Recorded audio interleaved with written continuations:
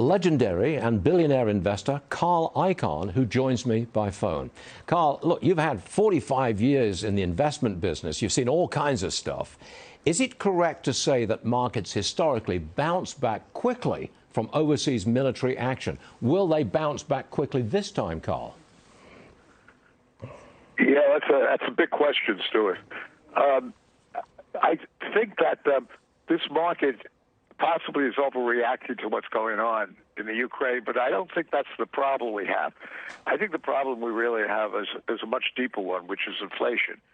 And I know a lot of people say that, so I'm not giving you new news. But I think inflation is a major problem for us. And I think that is what we have to deal with. I lived through it in the 70s, and it's not easy to put that genie back into the bottle. Carl, I was in the 70s too, and I remember it very well. And Okay, I remember inflation took off towards the end of the decade and really stayed with us for a very long time. And it wasn't until Paul Volcker at the Federal Reserve raised interest rates dramatically that we eventually got rid of inflation. Do we have to do the same thing again this time around? I believe that eventually it's going to come to haunt us. But I can't tell you when. I don't think anybody can predict the exact timing of a market. We begin this morning with a Fox News alert, an apparent assassination attempt in Ukraine's second largest city as a missile strikes a government building in Kharkiv.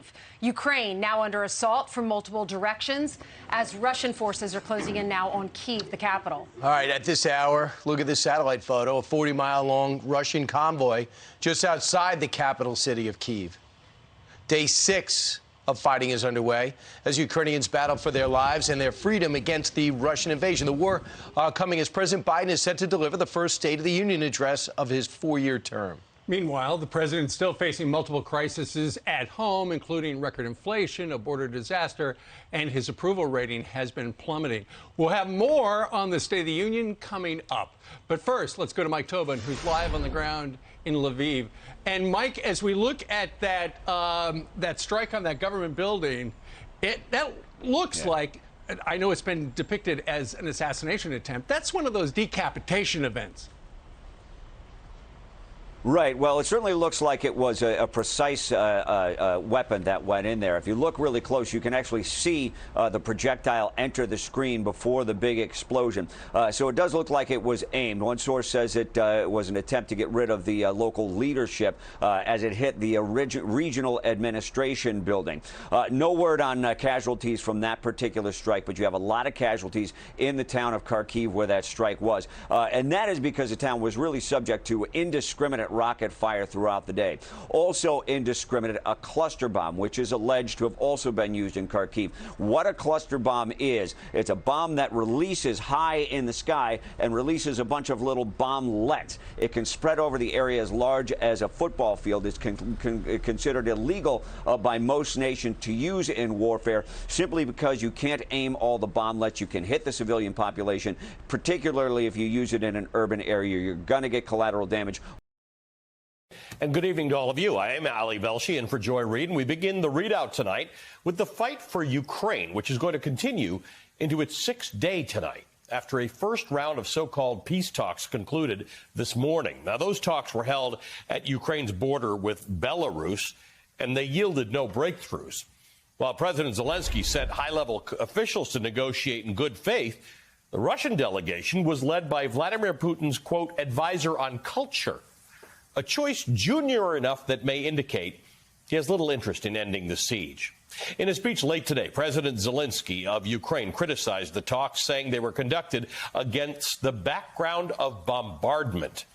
He accused Russia of war crimes, calling for the destruction of their economy and for their removal from the United Nations Security Council, which has a rotating chair. Russia is the chair of it at the moment, ironically. Meanwhile, Russia's currency, more unstable than ever thanks to crippling new sanctions.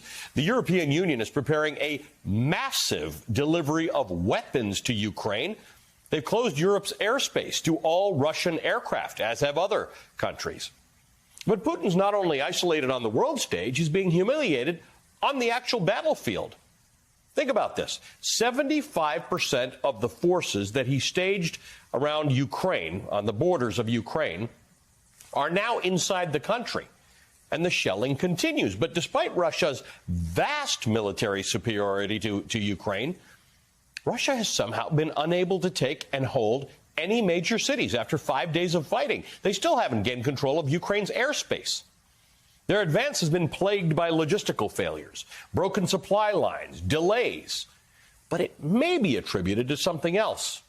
Far stiffer resistance than anyone expected. Meanwhile, shells continue to rain down on Kharkiv, the city's mayor saying Russian rocket fire killed 9 people, including 3 children. New video shows the siege on Kharkiv as it unfolded. CNN's Alex Marquardt with the details, but first a warning, Alex's report does contain graphic content.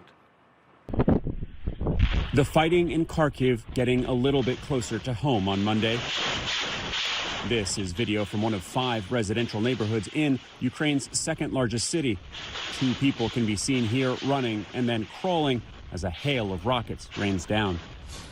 Across the city to the east, more video shows a chaotic scene after a still smoking missile falls and is lodged in the street.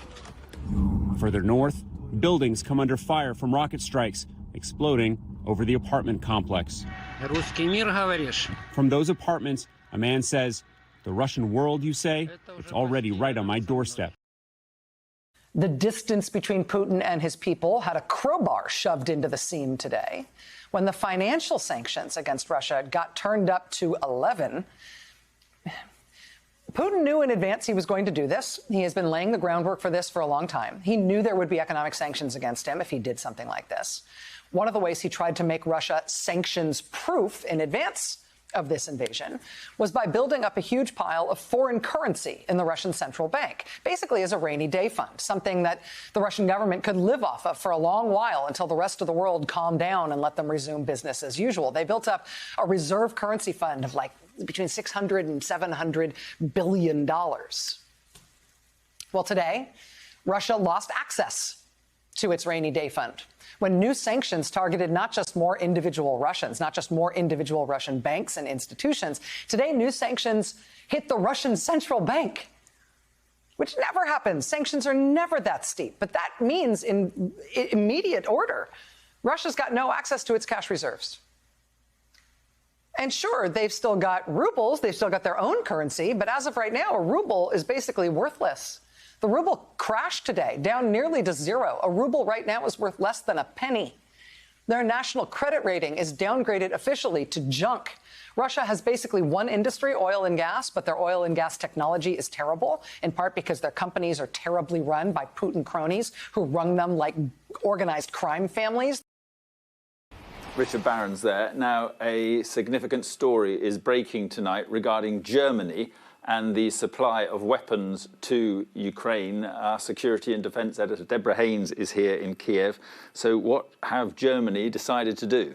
Well, Germany, which, remember, was the country that didn't back sending lethal aid to Ukraine up until this conflict, has just announced that it's going to send 1,000 anti-tank missiles and 500 Stinger missiles, which are the sort of surface-to-air missiles that you can that a soldier can carry and launch from his shoulder.